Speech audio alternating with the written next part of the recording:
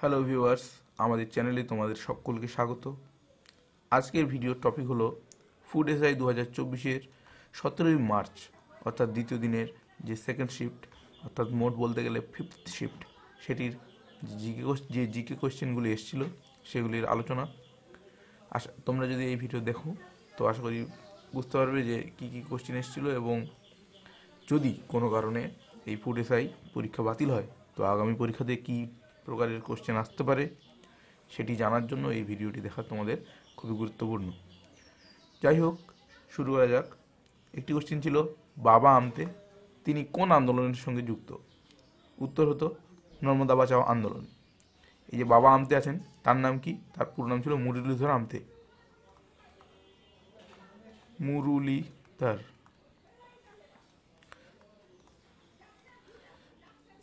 Inner একটি ডাক নাম আছে, তাকে বলা হয় modern day Gandhi. Modern Gandhi, যাই হোক, ঠিক আছে। ইতিহাসের কোন যুগকে স্বর্ণযুগ বলা হয়? ইতিহাসে গুপ্তযুগকে স্বর্ণযুগ বলা হয়। বইয়ের লিস্ট ছিল কিছু, তার মধ্যে জিজ্ঞেস করা হয়েছে কোন বইটি কালিদাসের লেখা নয়। অপশনে ছিল মুদ্রা রাক্ষস, এটি অবশ্যই কালিদাসের লেখা নয়, কারণ এটি কার লেখা? বিশাখ দত্ত। একটি কোশ্চেন আসে যে ধননন্দকে পরাজিত করার পর, নন্দবংশের শাসন শেষ করার পর মৌর্য বংশ শুরু হলো। এই যে ট্রানজিশন অর্থাৎ ধননন্দকে যে পরাজিত করলেন চন্দ্রগুপ্ত মৌর্য, সেই কাহিনী কোথায় লেখা আছে? সেই ক্ষেত্রে হয় এই যে বিশাখ দত্ত, এই বইয়ে সেই কাহিনীর উল্লেখ আছে। আয়োডিনের অভাবে কি হয়? আয়োডিনের অভাবে গয়টার রোগ হয়। থাইরয়েড গ্ল্যান্ড অর্থাৎ থাইরয়েড গ্রন্থির সমস্যা, সেটি হচ্ছে গয়টার। নিম্নলিখিত কাকে লৌহ ধাতু বলে? অর্থাৎ ফেরাস মেটাল। ফেরাস মেটাল মানে সেই সমস্ত মেটাল যেগুলি লোহার মতো আচরণ করে চৌম্বকের উপস্থিতিতে, যেমন তার মধ্যে হতো উত্তর নিকেল, এটি চৌম্বক দ্বারা আকর্ষিত হয়। কোন ভিটামিনের অভাবের কারণে রিকেট রোগ হয়? ভিটামিন ডি এর অভাবের কারণে রিকেট রোগ হয়। নেক্সট, কোনটি যুগ্ম লিস্টের অংশ নয়? আমরা জানি যে আমাদের যে ফেডারেল স্ট্রাকচার, তোমাদের আমি এর আগে পলিটির একটি ক্লাসে বলেছিলাম যে আমাদের যে শিডিউলগুলি আছে 1 থেকে 8, তাহলে আমরা কীভাবে কত নম্বরের ফেডারেল স্ট্রাকচারের কথা বলা আছে? সেটি হলো 7th। কীভাবে জানলাম? যেহেতু আমরা জানি যে সূত্র মনে রাখার হলো টিয়ার্স অফ ওল্ড পিএম, তাহলে এফ এই ওয়ার্ডটি আসছে 7th। তো 7th শিডিউলে আমাদের আছে ফেডারেল স্ট্রাকচার, অর্থাৎ আমাদের যে যুক্তরাষ্ট্রীয় শাসন ব্যবস্থা, যেখানে কেন্দ্র ও রাজ্যের মধ্যে সমস্ত যে ক্ষমতা সেটি ভাগ করে দেওয়া থাকে। তো এই ক্ষেত্রে শিক্ষা এমন একটি বিষয় যেটি কনকারেন্ট লিস্ট বা যুগ্ম লিস্টের একটি অংশ, যেখানে কেন্দ্র এবং রাজ্য উভয়েরই অধিকার আছে। স্বাধীন ভারতের প্রথম বিদেশমন্ত্রী কে ছিলেন? উত্তর হবে জওহরলাল নেহেরু। এরপর একটি বই এসেছিল এবং তার লেখক এর নাম জিজ্ঞেস করা হয়েছিল। বইটির নাম ছিল সাইলেন্ট স্প্রিং, সম্ভবত ছিল নিশ্চুপ বসন্ত, এরকম কিছু একটা বাংলার অনুবাদ ছিল। সাইলেন্ট স্প্রিং, এই বইয়ের লেখককে? এই বইয়ের লেখক হলেন রেচেল কার্সন। তারপরে বঙ্গভঙ্গের সময় ভাইসরয় কে ছিলেন? সহজ কোশ্চেন, কমন কোশ্চেন, উত্তর হবে লর্ড কার্জন। কোনটি লোহার আকরিক নয়? লোহার আকরিক নয় বক্সাইট, কারণ কি? বক্সাইট হচ্ছে অ্যালুমিনিয়ামের আকরিক। পরিবেশ দিবস কবে? এটি রিপিট হয়েছে অনেকবার, 3-4টে শিফটে এই কোশ্চেন দেখতে পেলাম। যাই হোক, 5th জুন। ময়ূরভঞ্জ কোন জেলায়? উড়িষ্যা। আলো প্রবেশ করে কী দিয়ে? রেটিনা, এটিও একটি রিপিটেড কোশ্চেন, যদিও পুরো সম্পূর্ণ রিপিট না হলেও অনেকটা অংশ রিপিট হয়েছে। বলেছিলাম যে চোখের মধ্যে যে অংশটা দিয়ে আলো ঢোকে আমাদের, সেটি হচ্ছে রেটিনা। অনেক সময় জিজ্ঞেস করা হয় যে আমাদের যে আই ট্রান্সপ্লান্ট হয়, অর্থাৎ একজনের চোখ অন্যজনকে লাগানো হয়, সেই ক্ষেত্রে আসলে কি প্রতিস্থাপিত করা হয়? সেই ক্ষেত্রে শুধু চোখের এই রেটিনা, এটিকে অন্যজনের চোখে লাগিয়ে দেওয়া হয়, অর্থাৎ চোখের একটু অংশ সেটি অন্যজনের চোখে লাগিয়ে দেওয়া, এটি হলো আই ট্রান্সপ্লান্ট, অর্থাৎ দৃষ্টিহীনদের দৃষ্টি ফেরানোর জন্য যে ব্যবস্থা। এম.এফ. হুসেন, মকবুল ফিদা হোসেন, তিনি কি? তিনি একজন চিত্রশিল্পী। আরেকজন আছেন, তার নাম হলো রাজা রবি বর্মা। যদি জিজ্ঞেস করতো রাজা রবি বর্মা কিসের সঙ্গে যুক্ত, তিনিও একই চিত্রশিল্পীর সঙ্গে যুক্ত। যাই হোক, লোকটাক কি? লোকটাক হলো একটি হ্রদ। এই কোশ্চেনটিও 3বার রিপিট হলো প্রায় বিভিন্ন শিফট মিলিয়ে। বন্দে মাতরম কে লিখেছেন? বন্দে মাতরম আমরা জানি বঙ্কিমচন্দ্র বইয়ের নাম কি ছিল? আনন্দমঠ।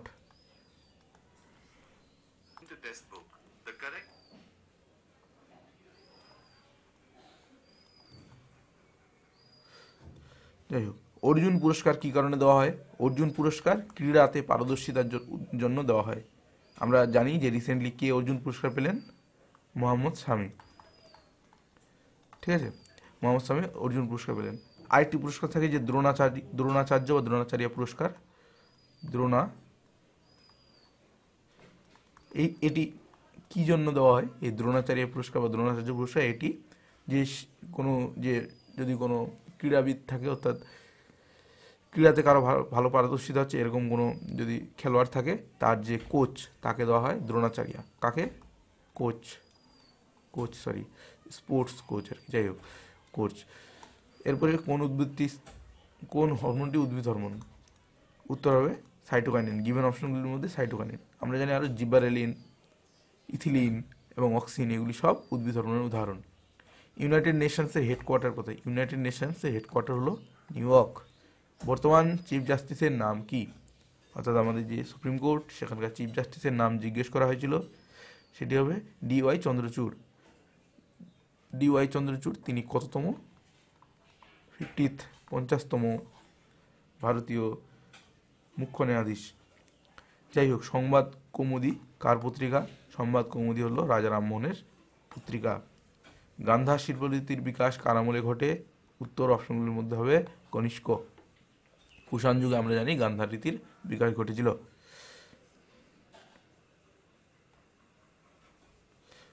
উইংস অফ ফায়ার এর লেখককে? এটি হবে APJ Abul Kalam. Methanoic acid কিসের মধ্যে পাওয়া যায়? অপশন অনুযায়ী টক দুধ, অর্থাৎ দুধ যে টক হয়ে যায়, খারাপ হয়ে যায়, সেখানে মিথানোয়িক অ্যাসিড তৈরি হয়ে যায়।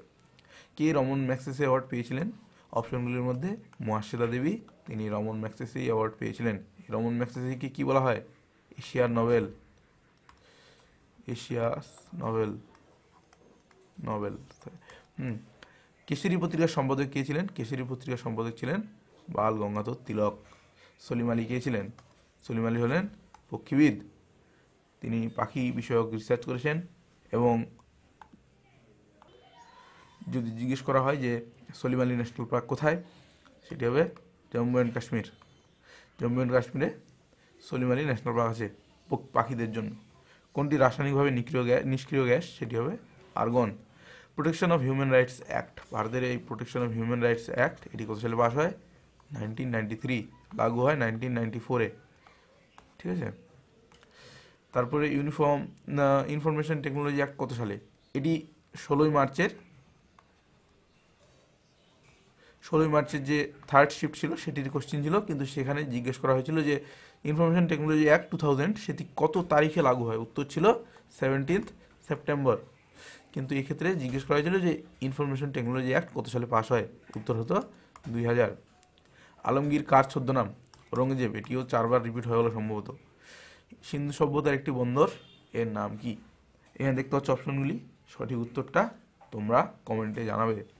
আশা করি তোমাদের ভিডিও ভালো লাগলো, এবং বাকি যে শিফটগুলো আছে সেই ভিডিওগুলো দেখতে হলে আমাদের চ্যানেলে তোমরা দেওয়া আছে ভিডিও, সেগুলি ক্লিক করে দেখে নিতে পারো, তাহলে সব তোমাদের কভার হয়ে যাবে।